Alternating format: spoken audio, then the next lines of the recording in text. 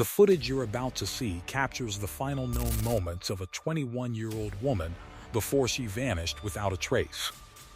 For over 3 weeks, she was missing, leaving behind only confusion and fear. Then, in a shocking discovery, her body was found in a place no one expected: a water tank on the roof of a hotel known for its dark and unsettling past. How she ended up there, completely alone, remains a haunting mystery. To understand what really happened, we must go back to the strange elevator footage. In the heart of downtown Los Angeles stands the infamous Cecil Hotel, a place forever linked to darkness. For decades, it has gained notoriety for its disturbing history of deaths, violent incidents, and mysteries that seem impossible to explain. Among all these stories, none is more haunting than that of Elisa Lam, a young traveler whose final days continue to puzzle and unsettle the world. This documentary retraces the timeline of her disappearance, the eerie elevator footage that sparked global speculation, and the chilling questions that remain unanswered. Elisa Lam, born in April 1990 in Vancouver, Canada, was a bright and introspective individual with a passion for literature, travel, and self-expression. Through her personal blog, she shared her thoughts and experiences, offering glimpses into her inner world and her desire to explore life beyond the familiar. In January 2013, eager for adventure, Elisa set out on a solo trip through California. She began in San Diego, enjoying the coastal scenery before continuing her journey north. On January 26, she arrived in Los Angeles, unaware that the city and the hotel she chose would become the center of a mystery that still captivates millions. Her destination was the Cecil Hotel. Despite its grim reputation, it offered affordable accommodations for travelers on a budget. Opened in 1927, the hotel carried a long and troubling legacy of suicides, murders, and unexplained events. Yet Elisa checked into room 504, seemingly unaware of the darkness tied to its past. At first, her stay appeared normal. She explored the city and shared updates with friends and family. But as the days passed, those close to her began to notice subtle changes in her behavior.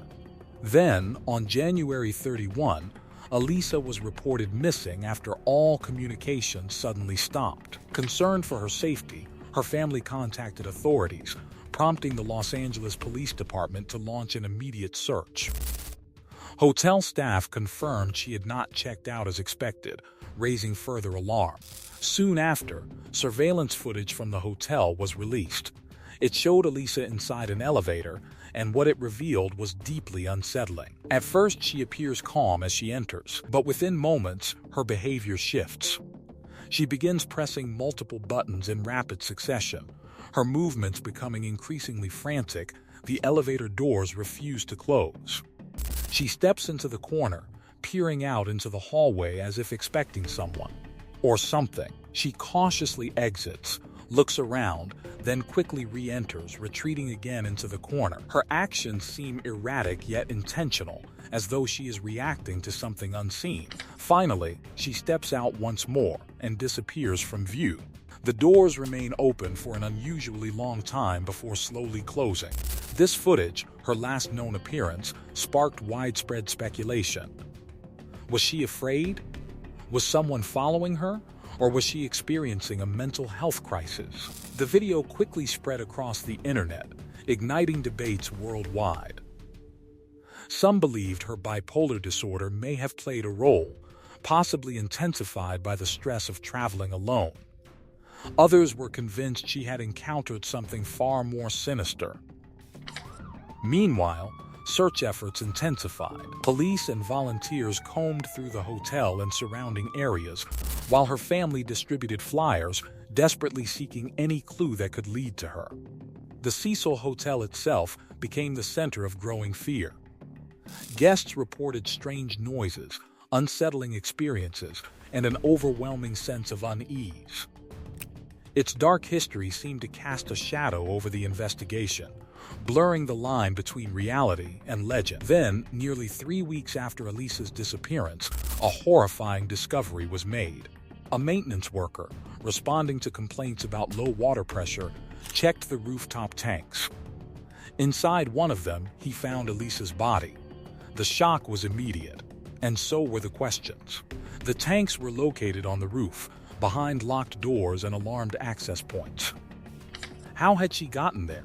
How had no one noticed during the extensive search? An autopsy later concluded that Elisa had drowned, with her bipolar disorder listed as a contributing factor. The coroner ruled her death an accidental drowning. But for many, the explanation felt incomplete.